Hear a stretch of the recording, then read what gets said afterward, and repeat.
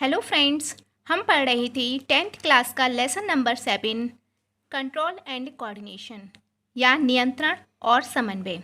Friends, पिछले topics में हम नर्वस सिस्टम, ब्रेन पढ़ चुके हैं, जिसकी लिंक मैं डिस्क्रिप्शन बॉक्स में शेयर कर दूंगी। लेसन नंबर 7 में हमारा नेक्स्ट टॉपिक है हार्मोन्स। तो फ्रेंड्स, पढ़ते हैं हार्मोन्स क्या होते हैं। हार्मोन्स नलिका विहीन ग्रंथियों अर्थात डक्टलेस ग्लैंड या अंतःस्रावी ग्रंथियों एंडोक्राइन ग्लैंड्स द्वारा स्रावित होते हैं।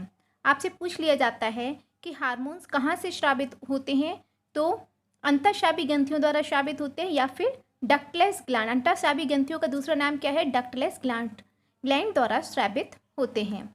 शरीर में इनका वितरण रुधिर द्वारा होता है अर्थात ये रुधिर के द्वारा ही बॉडी में एक स्थान से दूसरे स्थान पर पहुंचते हैं। हार्मोन्स को रासायनिक संदेश वाहक भी कहते हैं। हार्मोन्स का दूसरा नाम क्या है, केमिकल मैसेंजर या रासायनिक संदेश वाहक।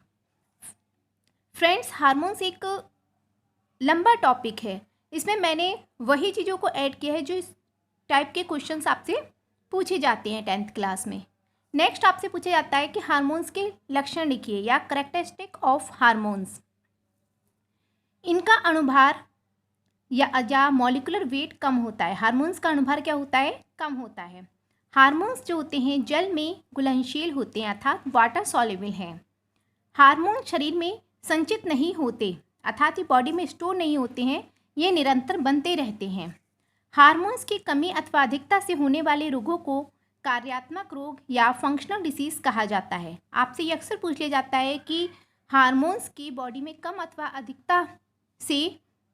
अधिकता में बनने से कौन से रोग होते हैं, तो आपको ध्यान रखना है कि हार्मोन्स की कमी अथवा अधिकता से होने वाले रोगों को फंक्शनल डिसीज या कार्यात्मक रोग कहते हैं।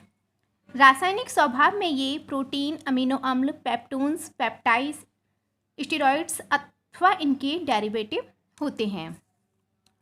आपसे एग्जाम में क्वेश्चन आता है कि मनुष्य में पाई जाने वाली 2 अंतःस्रावी ग्रंथियों के नाम लिखो और उनका विस्तृत वर्णन करो। तो फ्रेंड्स, मैंने यहाँ पे कुछ मेन ग्लैंड्स लिखी हैं और उनके द्वारा स्रावित होने वाले मेन हार्मोन्स लिखे हैं जो आपके 10th क्लास में पूछे जाते हैं। मनुष्य में पाई जाने वाली अंतःस्रावी ग्रंथियाँ, नंबर 1 थायराइड ग्लैंड। यह ग्रंथि गले में पाई जाती है। यह सबसे बड़ी अंतःस्रावी ग्रंथि है।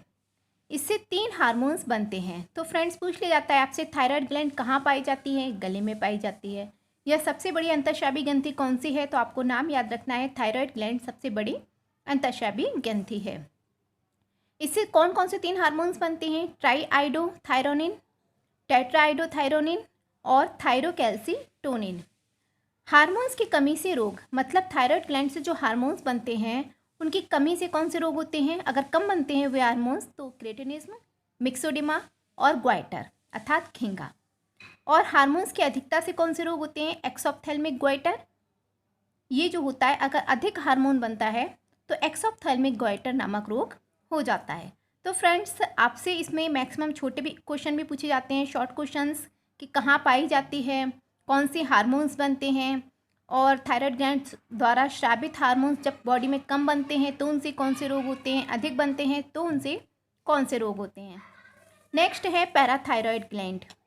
यह ग्रंथि थायराइड ग्रंथि के पीछे की ओर पाई जाती है। यह ब्लड में कैल्शियम आयन तथा फास्फेट आयन की सांद्रता को नियमित करके बोन्स व टीथ के निर्माण में आवश्यक है। मतलब पैराथायरॉयड द्वारा जो हार्मोन स्रावित होता है वो पैराथार्मोन होता है और ये क्या करता है, ब्लड में कैल्शियम तथा फास्फेट आयन की सांद्रता को रेगुलेट करता है और बोन्स व टीथ बनाने में हेल्प करता है। नेक्स्ट है पीयूष ग्रंथि या फिर पिट्यूटरी ग्लैंड। यह ग्रंथि मस्तिष्क के पश्च भाग में पाई जाती है। मेन क्वेश्चन आपसे पूछ लिया जाता है पीयूष ग्रंथि कहाँ पाई जाती है, तो पीयूष ग्रंथि मस्तिष्क के पश्च भाग में पाई जाती है। मैंने इसी लेसन में आपको ब्रेन के बारे में पढ़ाया था।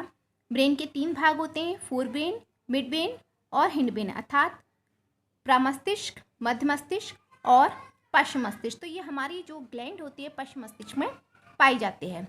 इस ग्रंथि द्वारा उत्पन्न हार्मोन्स अधिकांश अंतःस्रावी ग्रंथियों के स्रावण को नियंत्रित करते हैं, इसलिए इसे मास्टर ग्रंथि भी कहते हैं। पूछ लिया जाता है आपसे कि पिट्यूटरी ग्लैंड या पीयूष ग्रंथि को मास्टर ग्रंथि क्यों कहते हैं, क्योंकि ये क्या करती है कि अन्य एंडोक्राइन ग्लैंड्स के जो दूसरी एंडोक्राइन ग्लैंड्स हैं उसके द्वारा स्रावित हार्मोन्स को नियंत्रित करती है। इससे अनेक हार्मोन्स स्रावित होते हैं। पिट्यूटरी ग्लैंड से कई हार्मोन स्रावित होते हैं। HTH, मैंने यहाँ पे एक मेन हार्मोन्स लिखा है जो 10th क्लास में इंपॉर्टेंट है। HTH की फुल फॉर्म होती है सोमेटोट्रोपिक हार्मोन्स, जिसे ग्रोथ हार्मोन्स भी कहते हैं। ये शरीर की क्या करता है, उचित वृद्धि के लिए जरूरी है। इसके अधिक श्रावण से शरीर भीमकाय अर्थात बहुत अधिक शरीर का डेवलपमेंट हो जाता है, बहुत अधिक बढ़ जाता है। और जबकि कम श्रावण होता है इसका तो शरीर बौना रह जाता है, जिसे ड्वार्फ या मिडगेट कहते हैं। नेक्स्ट है एड्रिनल ग्लैंड। यह वृक्क अर्थात किडनी के ऊपरी भाग में पाई जाती है।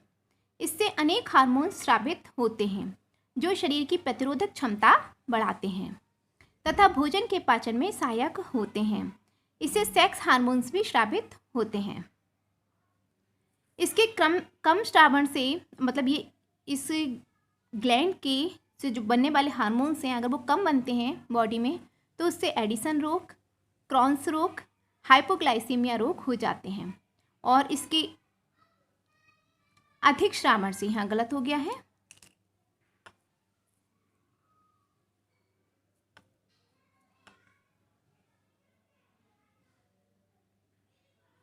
इसके अधिक श्रावण से कुशिंग रोग, एड्रिनल ब्रिलिज्म रोग हो जाते हैं। अग्नाशय अर्थात पैनक्रियास, यह एक मिक्स्ड ग्लैंड है। आपसे पूछ लिया जाता है कि किसी एक मिक्स्ड ग्लैंड का नाम लिखिए, तो ये क्या है, एक मिक्स्ड ग्लैंड है। मतलब एक्सोक्राइन ग्लैंड भी है और एंडोक्राइन ग्लैंड भी है। इस ग्लैंड का एक्सोक्राइन भाग आहार नाल में पाचक रस स्रावित करता है। जब मैंने आहार नाल में पढ़ाया था तो मैंने आपको पैनक्रियास से बताया था कि पैनक्रियास से पैनक्रियाटिक जूस का सिक्रीशन होता है। तो इस तरीके से क्या करता है, ये एक्सोक्राइन भाग जो होता है वो आहार नाल में पाचक रस स्रावित करता है। इसके बीच बीच में कुछ विशेष प्रकार के कोशिकाओं के समूह होने के कारण यह एक एंडोक्राइन ग्लैंड भी है।